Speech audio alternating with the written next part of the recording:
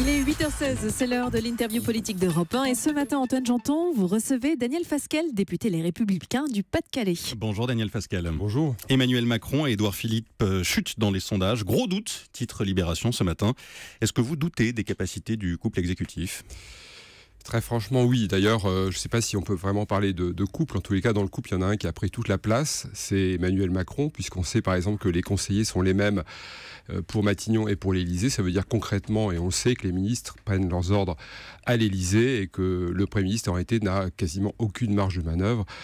C'est un premier constat que l'on peut faire et ça explique peut-être aussi ce décrochage d'Emmanuel Macron qui veut avoir tous les leviers, contrôler tous les pouvoirs et qui s'est comporté d'une façon qui est préoccupante pour la suite puisque en président jupitérien, il veut aujourd'hui occuper tout l'espace. On a un système qui devient hyper présidentiel avec une volonté d'affaiblir tous les contre-pouvoirs. On s'attaque aux communes, on s'attaque au Parlement. On ne veut pas laisser à la presse qui doit être la sienne. Il n'y a pas eu d'interview, par exemple, lors du 14 juillet. Ce sont des dérives que les Français jugent de plus en plus sévèrement et ils ont raison. Sur le sondage, moins 7 points pour le président. Selon une étude YouGov, c'est quasiment du jamais vu sous la Ve République, 3 mois seulement après une élection présidentielle. Qu'est-ce que cela signifie pour vous ? Ça signifie tout simplement que le président n'est pas à la hauteur de la fonction, ni dans son comportement, on l'a vu par exemple à l'égard du général de Villiers, ni sur le fond. Les promesses ne sont pas tenues, on voit bien qu'il y a des couacs, des revirements. Il paye l'inexpérience de ses troupes. Je crois que lui-même paye sa propre inexpérience. Il est peut-être arrivé trop vite, trop tôt, à un poste de responsabilité qui aujourd'hui le dépasse, avec des comportements que je juge moi très sévèrement. Par exemple, le 17 juillet dernier, il organise une grand-messe au Sénat avec l'ensemble des élus pour leur expliquer sa volonté à l'égard des territoires. Seulement 3 jours après, alors qu'il n'en a absolument pas parlé, il supprime 300 millions d'euros, des crédits très utiles pour la politique de la ville, pour les villes de moins de 30 000 habitants. Il faut faire des économies quand même. Il faut faire des économies, sauf que c'est pas du tout ce que l'on nous a annoncé. On avait annoncé des économies pour les collectivités territoriales, mais à partir de 2018, et le président de la République avait dit surtout pas de baisse brutale des crédits. Seulement 3 jours après avoir fait cette promesse, une baisse brutale des crédits, 300 millions d'euros qui vont manquer cruellement pour les communes rurales, dans les quartiers prioritaires de la ville. Donc on voit bien qu'il y a un décalage considérable entre ce qui est annoncé et ce qui est fait. Pour le budget des armées, on nous a annoncé une augmentation du budget des armées, et puis concrètement, on supprime 850 millions d'euros alors qu'on sollicite de plus en plus nos soldats. Tout ça n'est pas très sérieux, et les Français jugent ce début de quinquennat sévèrement. Ils ont raison, à la fois sur la forme et sur le fond, sur la méthode et sur les promesses non tenues. Édouard Philippe confirme des baisses d'impôts pour l'an prochain, un peu plus de 10 milliards d'euros. Le Premier ministre l'annonce dans les colonnes du Parisien aujourd'hui en France. Aujourd'hui, quelle est votre réaction ? Écoutez, là, franchement, on nous vend à nouveau du rêve. Demain, on va raser gratis. Enfin, cette année, le budget 2017 est impossible à boucler. Mais l'année prochaine, je ne sais pas, il va y avoir une espèce de miracle à partir du 1er janvier. Il faut refonder la politique du logement et la politique de l'emploi, dit notamment Édouard Philippe. On sait très bien ce que ça veut dire. C'est-à-dire qu'on nous annonce 10 milliards de baisse d'impôts, mais on sait très bien que ce sera financé par des hausses d'impôts. Le Premier ministre ne parle pas de la hausse de la CSG, par exemple, dans son interview. Ça m'a frappé. Quand on sait très bien qu'on va remettre à plat la politique du logement, ça veut dire qu'on va revoir l'APL. On a déjà donné un coup de rabot sur l'APL cette année. On va recommencer l'année prochaine. Donc en réalité, ce ne sont pas des baisses d'impôts qui vont avoir lieu l'année prochaine. Pour boucler le budget, il était impossible à boucler en 2017. Il n'y aura pas de miracle au 1er janvier 2018. Il sera très difficile à boucler en 2018.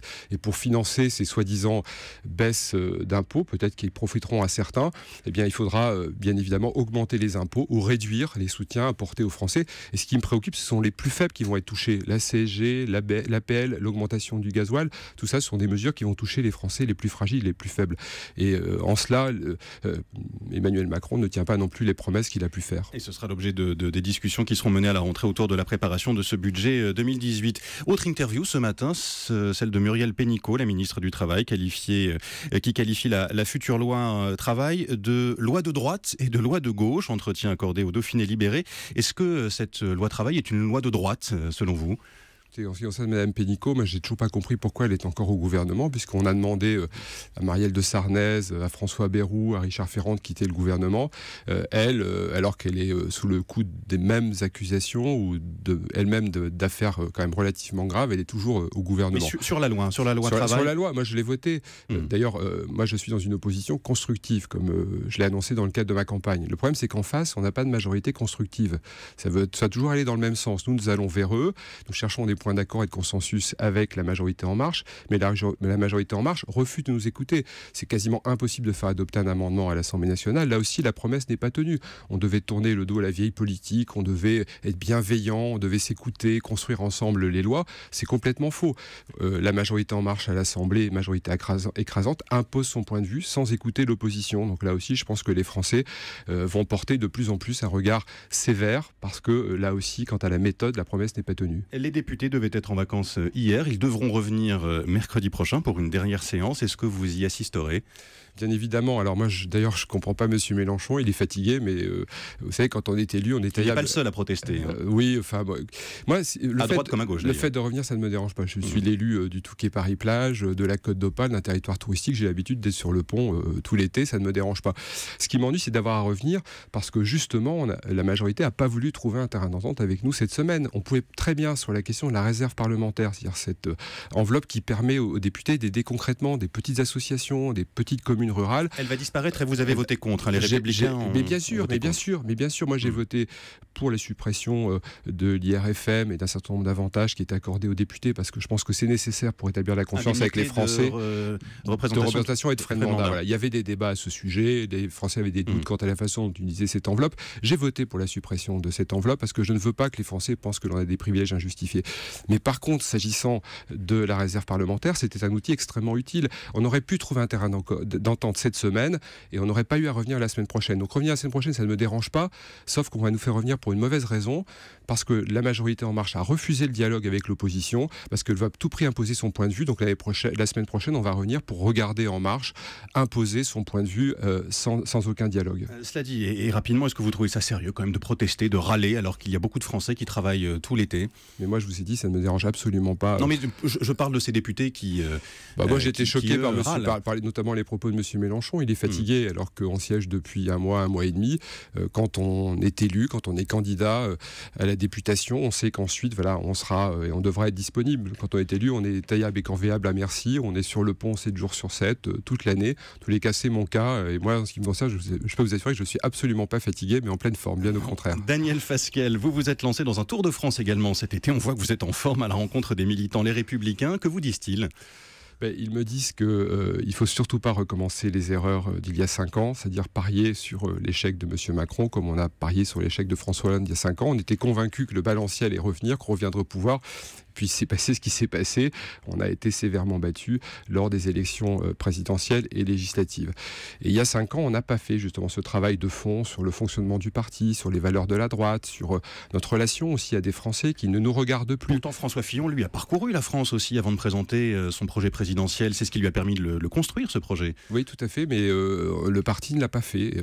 Et on s'est petit à petit coupé d'une partie des Français, les jeunes, les classes populaires. Donc je crois que ce travail de fond, il faut le faire quant au fonctionnement du parti, quant à notre relation avec les Français.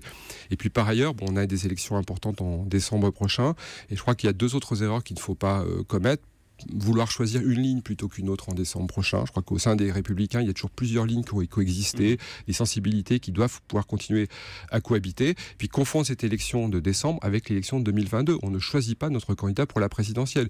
On va choisir un président qui doit rassembler, animer le parti, justement, faire en sorte que les différentes sensibilités, personnalités puissent coexister dans une droite moderne et ouverte vers la société française. Est-ce que vous êtes candidat à la présidence des Républicains, Daniel Fasquelle ? Je n'ai pas encore pris ma décision. Vous la prendrez quand ? Je la prendrai d'ici la fin de l'été. Je veux continuer ce dialogue en profondeur avec les militants et avec les Français. Et si je suis candidat, c'est pas pour le principe d'être candidat. Pour faire barrage à Laurent Wauquiez, pour faire barrage à cette ligne droitière ? Certainement pas. J'ai de très bonnes relations avec Laurent Wauquiez, avec Xavier Bertrand, avec Valérie Pécresse. On a de très grands talents dans notre famille politique. On a différentes sensibilités. Moi, mon souci, si vous voulez, c'est d'écrire ou de réécrire les règles du vivre ensemble au sein du mouvement. Puis je ferai des propositions. Par exemple, je pense qu'à côté du statut de militant, il nous faut un statut de sympathisant. Il faut qu'on travaille plus sur le fond. Je proposerai la création d'une fondation. Puis j'ai d'autres idées qui me viennent aussi du terrain. J'ai un petit carnet avec lequel je me promène.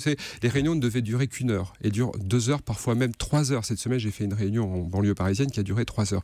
J'ai noté en moyenne entre 20 et 30 propositions des militants. Donc je ferai une synthèse de ces propositions, une première synthèse lors du campus du Touquet le 26 et le 27 août.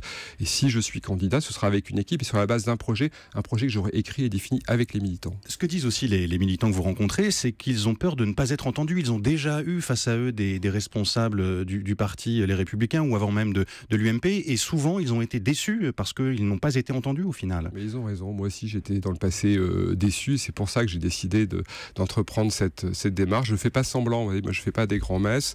D'ailleurs, ça m'amuse beaucoup, ça me frappe. J'avais une réunion donc, cette semaine par exemple en région parisienne, et il y a une militante qui est arrivée en retard. Elle m'a dit, je voudrais savoir votre point de vue sur. Et je lui dis, non, ça ne se passe pas comme ça, c'est moi qui veux avoir votre point de vue sur. Elle était surprise, puis ensuite ravie. Et cette réunion, je vous dis, elle devait durer 1 heure, elle a duré 3 heures. Donc les militants ont besoin de parler. Moi, je suis à leur écoute, et dans ces réunions, je suis avec mon carnet, mon crayon, je note, et je peux vous assurer que si je fais des propositions, ce seront des propositions qui seront d'abord et avant tout des propositions des militants. Daniel Fasquelle, vous nous disiez tout à l'heure que vous étiez un opposant constructif, pourtant vous ne faites pas partie du groupe Les Républicains Constructifs et UDI à l'Assemblée nationale. Que faire justement de ces élus, les Républicains, qui ont rejoint ce groupe? Est-ce qu'il faut les exclure du parti? Moi, je fais la part des choses entre ceux qui nous ont combattus ou affaiblis. Je pense qu'Édouard Philippe, Gérald Darmanin, Bruno Le Maire, Franck Riester, Thierry Solère nous ont combattus, se sont retournés contre leurs amis, contre leurs idées, ou nous ont affaiblis. Ceux-là doivent être exclus définitivement du mouvement. Ils ne peuvent pas rester chez les Républicains. Par contre, les autres, il faut continuer la discussion et le dialogue avec eux. Je suis convaincu que certains peuvent revenir vers nous. Mais ça suppose pour ça qu'on reconstruise un parti, mais un parti qui soit ouvert, dynamique, moderne. Et c'est ce que je souhaite, en tous les cas, c'est ce que souhaitent les militants, c'est ce qu'ils me disent lors de ces rencontres que je vais poursuivre dès cet après-midi. Vous serez à Reims cet après-midi. Daniel Fasquelle, en forme donc sur les routes de France tout au long du mois d'août. Merci, député Les Républicains du Pas-de-Calais, et bonne journée.